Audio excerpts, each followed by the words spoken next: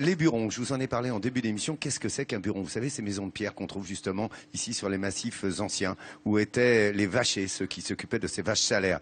Eh bien, les burons ont bien changé depuis l'époque moyenâgeuse ou médiévale, et vous allez voir que maintenant, on en a une toute autre utilisation. C'est la découverte de Nat aujourd'hui. Tu t'y es intéressée, hein, Nathalie Simon? Ah, mais ce que j'aime, c'est que pour aller profiter pleinement du paysage, du Cantal, mais en restant dans la tradition, finalement, aller découvrir un buron, c'est une autre façon de marcher. Vous savez, comme j'aime les autres façons de marcher. Alors, on va du côté de Nercombe, sur la commune de Saint-Jacques-des-Blas. Et dans ce buron traditionnel qui a été complètement rénové, on accueille les marcheurs et c'est une halte découverte et dégustation. C'est du dépaysement garanti. Et nous, on aime ça. Regardez. En plein milieu du massif central, l'impression d'être seul au monde. Au cœur des pâturages, des paysages de cartes postales, mais aussi les vestiges d'une époque révolue, les burons.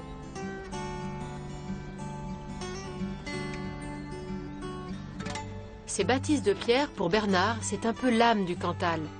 À la force de ses bras, il a décidé d'en faire des maisons de charme perdues en pleine nature.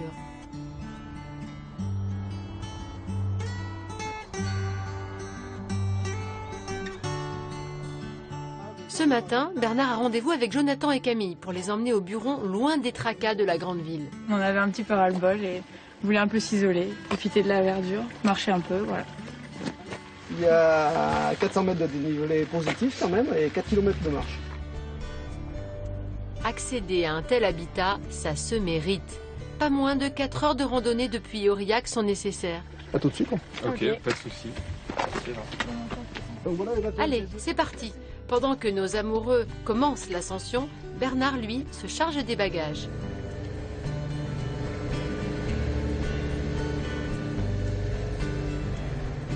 Ici, pas de contrainte de sac à dos. Surtout en été où il fait quand même un peu chaud, surtout les personnes, les familles qui ont des enfants soient un peu débarrassées de toute leur logistique. C'est le 4x4 qui fait la logistique et moi-même. Une randonnée où chacun va à son rythme. Les marcheurs sont libres de leur temps et de leurs envies. La faune mais aussi la flore. Fleurs sauvages rares et forêts de hêtres quasiment vierges de toute empreinte humaine.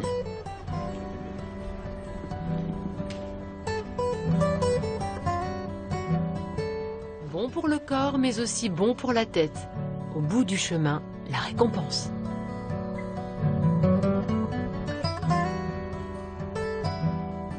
D'ici, on découvre le buron, mais aussi une ambiance de bout du monde, avec un panorama imprenable sur tous les massifs du Cantal. Entrez, entrez. Hein? Voilà, donc vous allez être dans la partie de fabrication du fromage. Si vous voulez faire le fromage, c'est là que ça se passe. Une fois dans le buron, c'est un véritable bond dans le passé que l'on réalise. Si vous couchez là, vous serez bien aussi. Voilà. Ici, c'est spartiate, et c'est ce que nos intrépides randonneurs sont venus rechercher. Ça, c'était le lieu de couchage des vaches, transformé en cuisine. Les chambres, elles, sont en hauteur. Vous pourrez coucher en haut, ça sera plus chaud. Alors normalement, le chauffage était produit par les vaches. Enfin, le salon qui n'est autre que l'endroit où l'on trayait les vaches. C'est ce qu'on appelle la barrière ou la frontadou dans les burons. C'était un endroit où, quand il faisait mauvais, à l'abri des branchages et des grosses poutres qu'il y avait au-dessus, les agriculteurs trayaient les vaches. Pour terminer en beauté, Bernard prépare une petite recette à base de fromage, bien sûr. Voilà la truffade, le plat à base de tome, et qui n'est pas le fromage fini, la tome du Cantal. La tome du Cantal, c'est une étape de la fabrication du salaire. La truffade revenue à la poêle. Pas mauvais le petit gris, il n'a pas pris de coup de feu. Du terroir dans les assiettes, mais aussi devant les yeux. C'est dehors, devant l'une de ses vues favorites, que Bernard aime se restaurer. Et ce n'est pas pour déplaire à nos visiteurs. On avait vu des images sur d'autres reportages sur le buron qui nous avaient déjà laissé paraître que c'était magnifique, mais là en vrai c'est splendide. Un bon compromis, difficulté et puis résultat au niveau du paysage. À votre santé. Au buron. Au bureau. Encore un peu. À vos vacances. Pour Bernard, le pari de la sauvegarde est réussi. On n'est que locataire de nos lieux d'existence. Donc on essaye de les transmettre au mieux en les respectant, en les conservant, en valorisant ce qu'ont fait les anciens et en le transmettant à des nouvelles générations. Paradis des marcheurs en été, mais aussi du ski de randonnée en hiver, le site du Puy-Marie se découvre de plus en plus sportif. Classé en 2013 en site national, le Massif central cumule les atouts. Terroir d'exception pour la bonne chère, mais aussi nouveau terrain de jeu pour les amoureux de la montagne. Alors, ce qui est formidable dans cette marche, c'est que vous avez vu dans le sujet, il y a une voiture, un 4x4 qui transporte le matériel. Donc, on est vraiment seul au monde, on marche, on profite de cette nature riche, généreuse. C'est vraiment un paysage, moi, que j'adore particulièrement. Magnifique. On se sent seul au monde. C'est vert tout autour. On a l'impression de respirer l'oxygène à plein poumon. C'est un retour aux sources. C'est une vraie occasion de se reposer du stress de la ville, de s'oxygéner évidemment, de passer de l'hyperactivité de nos cités à la contemplation du paysage. On marche évidemment, donc c'est bon pour la santé, mais pour moi c'est une beauté à couper le souffle pour qui veut bien se donner la peine, parce qu'évidemment ça se mérite. Tu aimes toi, hein, Jean-Sébastien? Non seulement j'aime, mais en plus c'est des très belles initiatives de réhabiliter les burons, parce que ça préserve le bâti, et ça c'est extrêmement important dans les régions, dans les provinces, dans les campagnes, de préserver tout ce patrimoine bâti historique. On avait un très joli patrimoine là, vous l'avez vu, c'est à tomber par terre. Hein, oui, Pierre. Négociant en vin ici à Aurillac qui utilise les burons pour faire vieillir son vin. Parce que l'hiver, les burons, ils sont couverts de neige et il paraît que le vin qui passe l'hiver sous la neige vieillit mieux. Voilà, alors c'est vrai qu'on l'a vu, dans le sujet, les burons, c'est vraiment des matériaux nobles. La pierre, le bois, les toits en pierre de Lozes, vous voyez, ce sont vraiment que des matériaux nobles, ce qui fait que ces burons qui ont été peu à peu abandonnés et qui maintenant ne servent plus du tout à passer l'été en estive, ont été remplacés petit à petit par des burons gîtes, comme on le voit dans le sujet. Et tous ces matériaux nobles fait que c'est vraiment isolé. Vous allez passer une bonne nuit. Regardez, c'est vraiment en même temps un respect de la tradition, et en même temps vous serez quand même dans une ambiance confort de notre époque. Alors, est-ce qu'on y dort bien, Laurent? Vas-y, raconte-nous, toi qui as dormi, qui a fait ces burons. Oui, j'ai bien dormi, mais ceux qui étaient venus pour passer le week-end en amoureux dans le buron dans lequel on a tourné avec l'équipe, quand on arrive à 6, ils ont beaucoup moins bien dormi et ils n'ont pas pu faire ce qu'ils voulaient. Non, c'est un endroit pour les amoureux. Et puis alors, il y en a certains qui ne sont pas vraiment équipés, hein, c'est-à-dire que ce sont des refuges non gardés. Et c'est ça qui est génial, c'est que tu peux y aller comme ça, tu faut emmener à manger, à boire, et t'es tranquille. Dis-moi, t'es en train de dire, ça me rappelle un petit peu les bronzés fonds du ski, que c'est un peu compliqué quand tu viens qu'il y a un Italien à côté qui fait du bruit. Ça, mais Pierre, toi qui connais les burons accompagnés, raconte-nous. Non. Raconte-nous, Pierre. Non, mais... Allez, j'ai jamais... Non, je connais les burons, voilà, l'été, au printemps surtout, c'est magnifique de monter là-haut. Non, mais c'est pas immense, hein, un buron, donc on va pas non plus être 22, comme on dit. Ce qui est formidable, c'est que c'est vraiment un endroit où on peut passer un week-end. Ça te dirait, toi, Nathalie, d'aller passer un petit week-end comme ça en amoureux? Du monde, t'es dans la nature, c'est parfait. Et le fait de marcher, de devoir y accéder à pied? Si, parce que tu mérites encore plus. Non, mais c'est vrai, tu mérites encore plus le lieu, le calme, la beauté des lieux.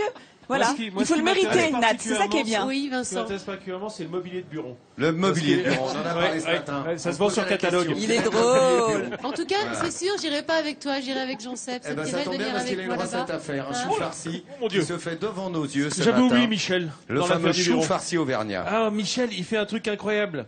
Regardez, Check-in, viens là. Arrive. Oh là là. Non mais aujourd'hui, il veut pas. Regardez, chou farci. Qu'est-ce que vous faites, Michel, là au fond? Alors, des petites barres de lard. Des petites barres de lard. De jambon. En fait, c'est le gras du jambon. Voilà, le gras du jambon. Et qui va se retrouver sur le dessus du gâteau de chou. Voilà, ça fait à la fois un décor et à la fois ça nourrit un peu le chou. Ensuite, en gras. Et ensuite on habille. En fait, c'est le décor qui va se retrouver sur le gâteau, hein, comme on le verra tout à l'heure, une fois que c'est cuit. Donc, petite rondelle de carotte, c'est bien joli. Et puis, on commence à mettre le chou. Et puis, on commence à mettre le chou, oui. Donc, alors, on commence par nos feuilles qu'on a blanchies tout à l'heure. Regardez, voilà. On va en fait faire comme une chartreuse. Hein. Voilà, on va habiller son moule ou son. Là, c'est une cocotte en fonte.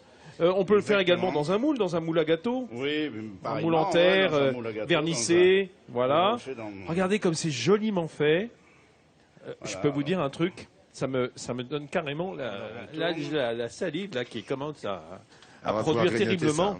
Ah oui, alors nos feuilles.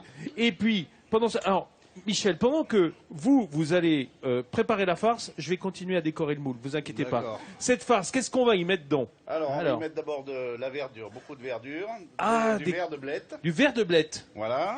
En plus du chou. Voilà, du persil simple de préférence. Ouais. Parce qu'il a beaucoup plus de goût que persil simple ou persil plat, hein, c'est le même nom. Voilà. Regardez, hop. Des épinards. Et je montre un truc quand même, Michel. En dessous, il y a du pain qu'on a fait tremper avec un tout petit peu de lait. Avec un peu du pain rassis, quoi. Voilà, du pain rassis pour éviter d'ajouter de la farine pour faire le liant. Ça, c'est très intelligent.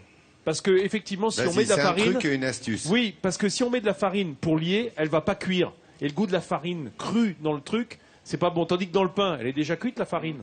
En quelque sorte. Donc on aura ce goût de farine cuite qui est beaucoup moins gênante et beaucoup moins pâteux. Hein. De toute façon, on va lier à l'œuf après. Voilà. Du jambon. Du jambon d'Auvergne, bien sûr. Voilà. De l'oignon. De l'oignon. Oh là là là là. Rien que du mauvais, hein. Voilà. Rien que des mauvaises choses. Oh là là. Et puis. Donc de la chair à saucisse. La chair à saucisse. Alors là, elle est récupérée sur des saucisses de chipolata. Voilà, mais elle est déjà assez fine comme ça. Un hachage fin. Et alors là, c'est le truc qui, évidemment, le petit coup Cantalou, c'est la poitrine de porc. Mais alors, la poitrine séchée, de la ventrèche, en quelque sorte. Hein. Voilà, du lard de poitrine. Regarde comme il est beau, ce lard. T'as vu comme il est blanc. C'est vrai qu'on commence à avoir faim, là. Ah là là. Non, mais ça, sans ça, vraiment. Ça, c'est une merveille. Ça, c'est meilleur que le jambon, c'est meilleur que tout. C'est meilleur que tout. Il n'est pas fumé, Vincent? Ah non, juste séché. Hein. Le beurre auvergnat. Le beurre auvergnat, très bien. Après, on met une viande cuite. Alors, moi, j'ai du jambon. Du jambon blanc. Gris, mais ça peut être, comme on disait tout à l'heure, un restant de poté ou et tout ça va être haché comment? Au cutter? Alors, ça dépend de l'ustensile qu'on dispose. D'accord. Nous, c'est au cutter. Oui. Ou autrement, au couteau. Voilà, ou au hachoir. Il faut y aller, au hachoir. Voilà. On vous retrouve tout à l'heure, les amis, pendant que vous allez hacher. Ça sent déjà bon, hein, le chou farci qui se prépare ici dans notre cuisine décapotable avec un très joli rayon de soleil. Sur Aurillac, voilà, le Cantal est éclairé, le soleil nous a retrouvés ce matin, les Aurillacois sont là. Vous savez que c'est la semaine du goût, c'est une nouvelle édition et nous, évidemment, on ne va pas s'en priver. Regardez, voilà, la semaine du goût, c'est parti du 14 au 20 octobre, 24e semaine du goût. Vous avez vu les affiches qui honorent la gastronomie française, comme nous le faisons d'ailleurs tous les jours dans Midi en France, de 10h50 à 11h45. Cette gastronomie française de toutes les régions de France que vous apprenez à faire grâce à Vincent, aux chefs et aux amateurs qui viennent ici même préparer leur cuisine sous un rayon de soleil, sous nos amis. Tu voulais dire un truc, Hélène? Ah non. Ah bon, je te voyais avec ton micro, je dis tiens, elle veut rajouter un truc. La semaine du J'attends goût, mon c'est tour, pour moi. J'attends mon tour. Ah, Laurent, t'attends ton c'est tour. ça. Justement, ça y vient.